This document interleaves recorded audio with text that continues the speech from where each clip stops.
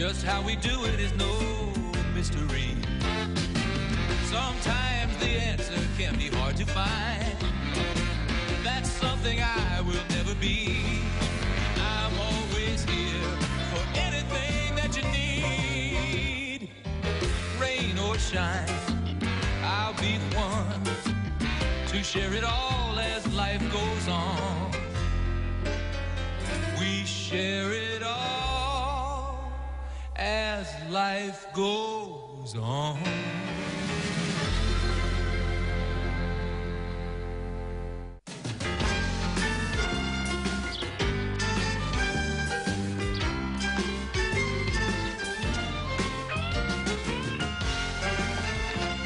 Daddy? No, thank you, dear.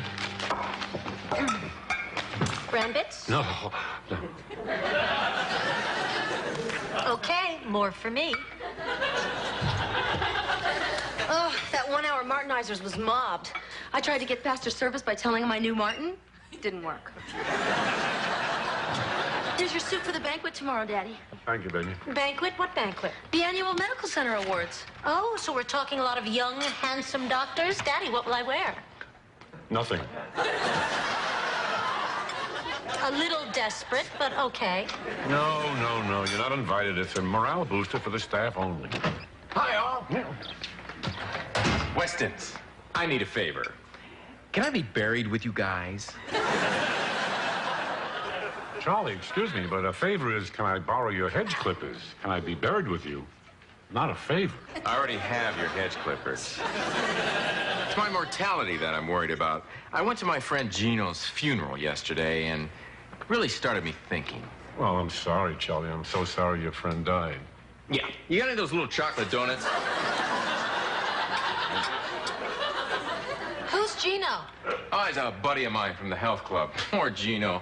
There he was the other night in the throes of passion when the mirror over his bed came crashing down. Oh, my God. And to die alone like that.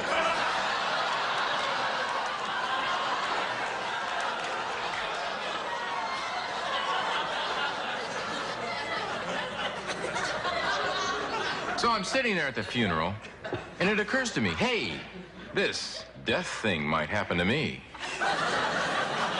No, don't worry, Charlie. You have a long life ahead of you. That's what Gino thought. I work on a ship. I could die at sea like that. They still have that damn women and children first rule. So, anyway, since I don't have any plans for the afterlife, I thought maybe I could bunk with you guys. Charlie, it's just not appropriate, even between the best of friends. So the answer's got to be no. Definitely no.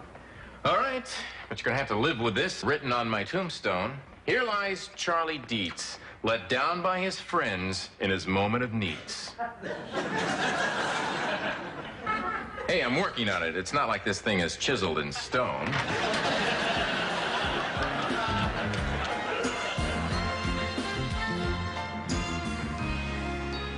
You call that gossip? I got a bigger secret than that.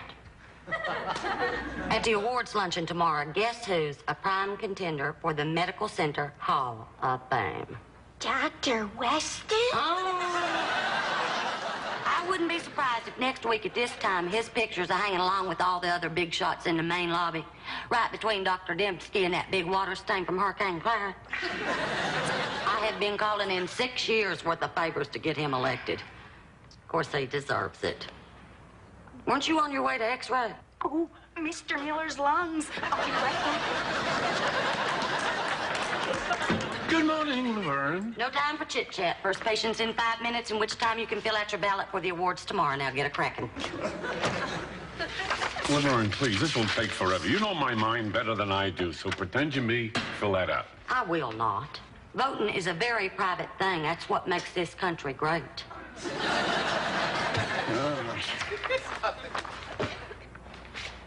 No.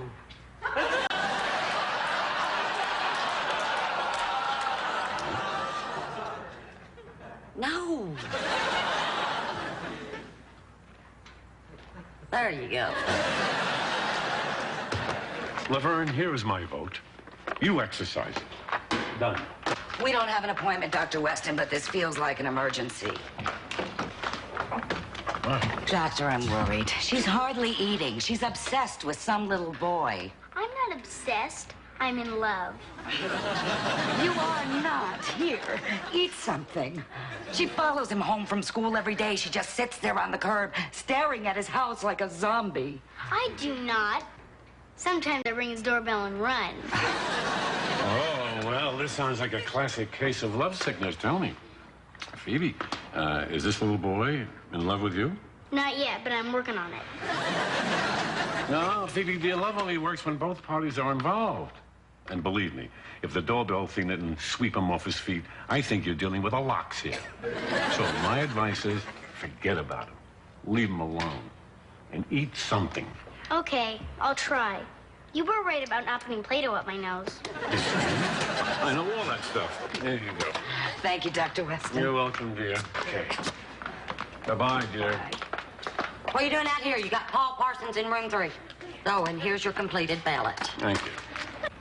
Oh, Laverne, is it really fair for me to vote for my own floor for cleanest restrooms? We are voting a straight third-floor ticket. Now, scoot. I'm scooting.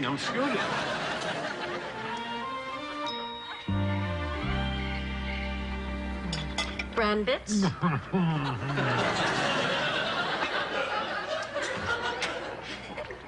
Boy, you haven't lived until you spent the day shopping for a burial plot.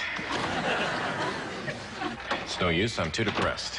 Too depressed to eat? Charlie, what happened? I must have been to 20 cemeteries. They all want you to pay in advance. What a ripoff. I mean, what if I don't die?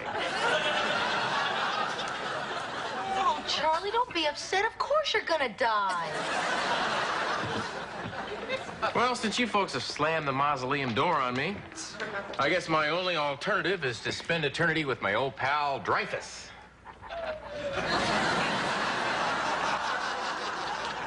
Charlie, what about your own family? Shouldn't you be buried with them? Actually, they went to a lot of legal trouble to make sure that can never happen.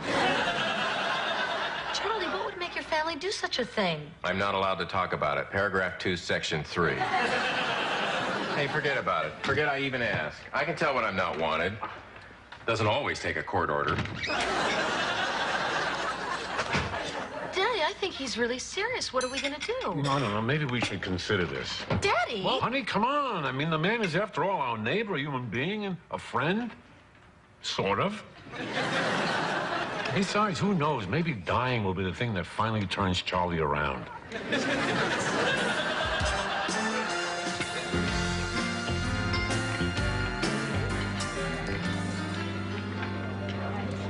Howdy, park it. Howdy, park it. Perfect timing. I'm about done meeting and greeting. You care to strap on the feed bag? Golly, should we wait until they ring the triangle?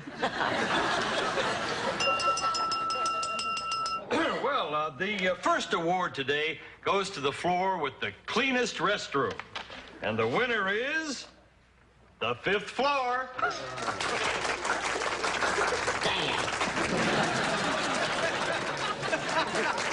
And the award for the doctor who's given the most hours to community service goes to Dr. Ronald Clark.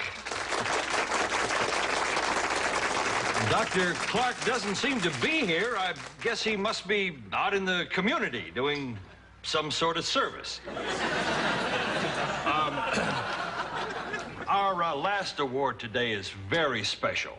For the first time in 3 years, a new member has been chosen for our Medical Center Hall of Fame. Now, this honor is reserved for those rare doctors whose practices are unsurpassed in efficiency, warmth, and caring. And today that honor goes to Dr. Harry Weston. Francie, you got to get on up there and make a speech. I get it. Makes all that lobbying worthwhile.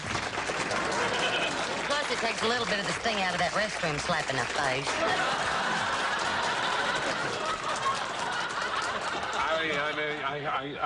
I had no idea that this. I mean, it's such an honor. Well, I guess I want to thank everybody. I want to thank my 3 lovely daughters, Carol, Barbara, and Emily, and Their mother, my late wife, Libby, and my father, and all my patients and their parents. Dreyfus, my dog, and... how could I possibly forget? I would like very much to thank the cooks here at the Waybreak Hotel for this wonderful luncheon you've given us. So we do thank you so much. It's really wonderful.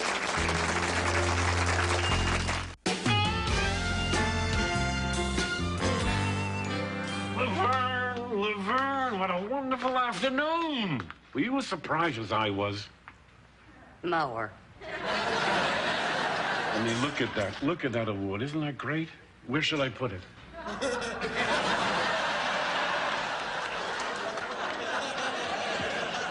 I'm not sure I'm the right person to ask that. Are you okay? Let's just say something at that luncheon did not sit well with me. Phoebe Swenson, room 1.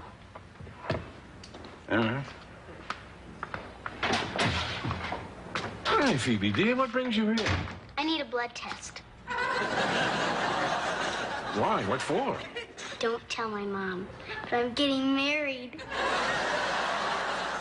I owe it all to you, Dr. Weston. That play hard to get tip really paid off. What play hard to get tip? I ignored him, just like you said. And sure enough, he came around. Now he wants to marry me. We're in love. Oh, Phoebe, dear, come on now. You have to remember, you're only 10 years old. What could you possibly know about love? Well, all I know is that being with him makes my heart smile. It makes me feel like a twinkle in the eye of God. Even if we could never see each other again, we'd still be happy to have had these few days together in the sun.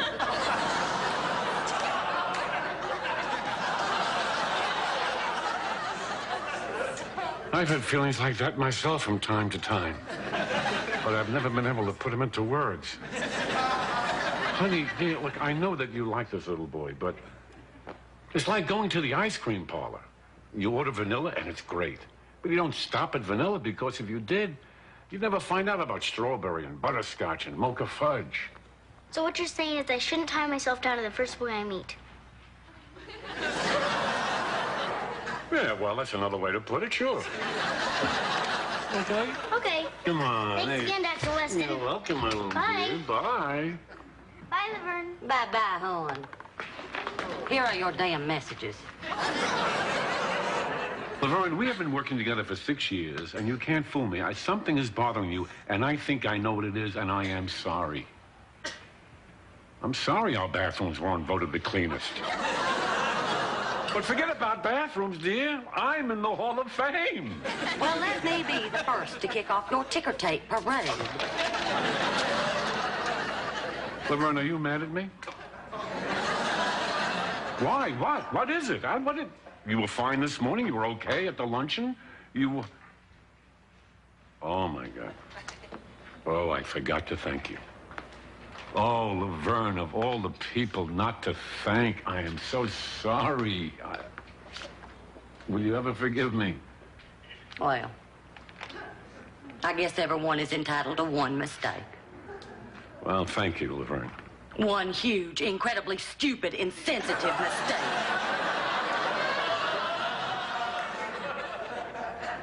Thank you, Laverne.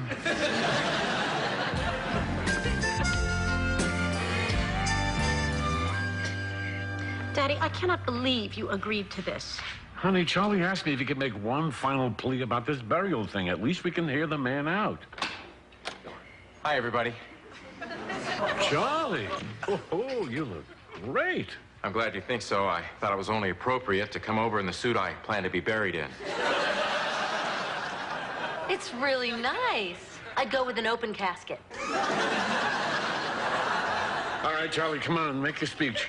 Right. When Harry said I could come over and talk to you, I asked myself, what are the best reasons for being buried with you, my neighbors, and I hope my friends? I think I found the answers. Reason number 1, I look good. I'm going to turn some heads in the hereafter. Number 2, I've got the cellular phone. If we get buried alive, I'm your point man. Number 3, landscaping. Waves of babes bringing pricey bouquets to pay respect to the Dietz machine. So basically, it's a prestige thing. It's a curb appeal thing. It's the smart thing.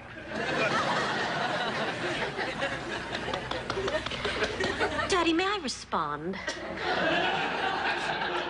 I don't ask for much, but this would mean a lot to me. Proceed. Charlie has never been anything other than an irritant and a drain. We owe him nothing. He is a parasite, he is a jerk, and I see no reason to invite this loathsome curse upon us.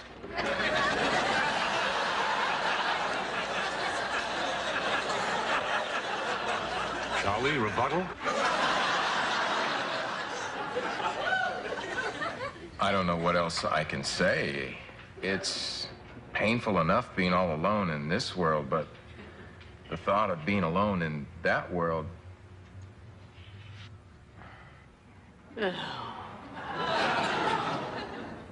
Charlie, if you want to be buried with us, I won't stand in your way. Barbara? No problem. Charlie? You're in. Thank you, thank you. I promise you, you won't regret this. Oh, can I be buried on top of Carol?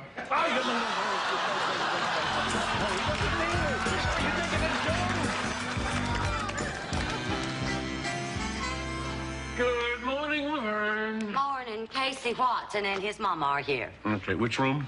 Room 1, Jarhead. Where'd that come from? Must be some leftover anger from yesterday. Pay it no mind. Hi, dear, how are you? Hi, Casey. What seems to be the problem? I don't know what's the problem, Doctor. He doesn't have a fever, but he didn't eat his breakfast this morning, and all he wants to do is sleep. You got something on your mind? Maybe we should have a little guy talk.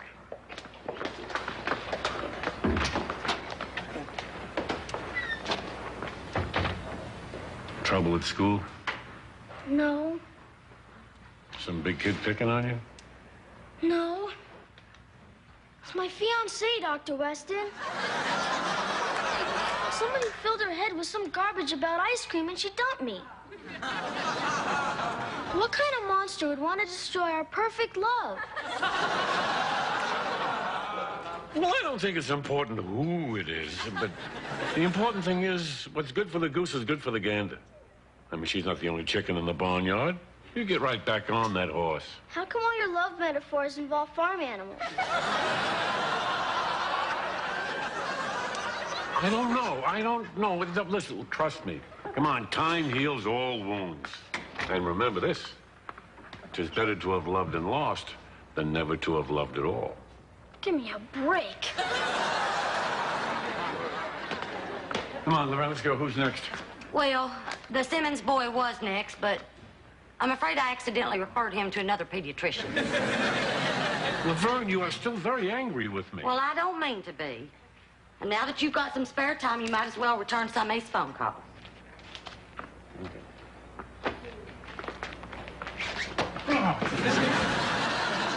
Laverne, we need to talk. Well, I don't like this any better than you do. I don't know what's going to come out of me next. What, would it help perhaps if I were to give the speech I really should have given at the banquet?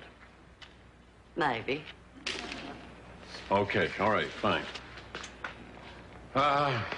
Of all the people I want to thank, I am most grateful to Laverne Todd, my nurse and my dear friend.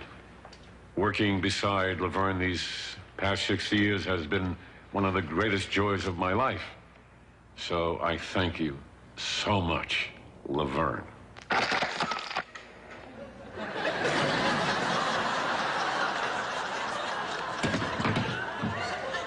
Would you excuse me? I seem to be entirely out of control.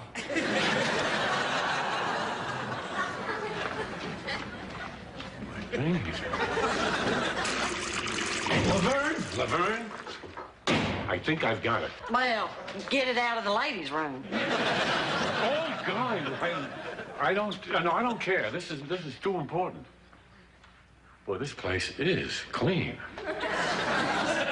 I told you we should have won. All right. Now, Laverne, listen, I think I'm onto something here. I think I know why these things keep popping out of your mouth and occasionally hitting me in the back. See, maybe you're not mad. Maybe you're hurt. What's the difference? Well, there's a big difference. I mean, you know, mad can go away very quickly. Mad comes from in here.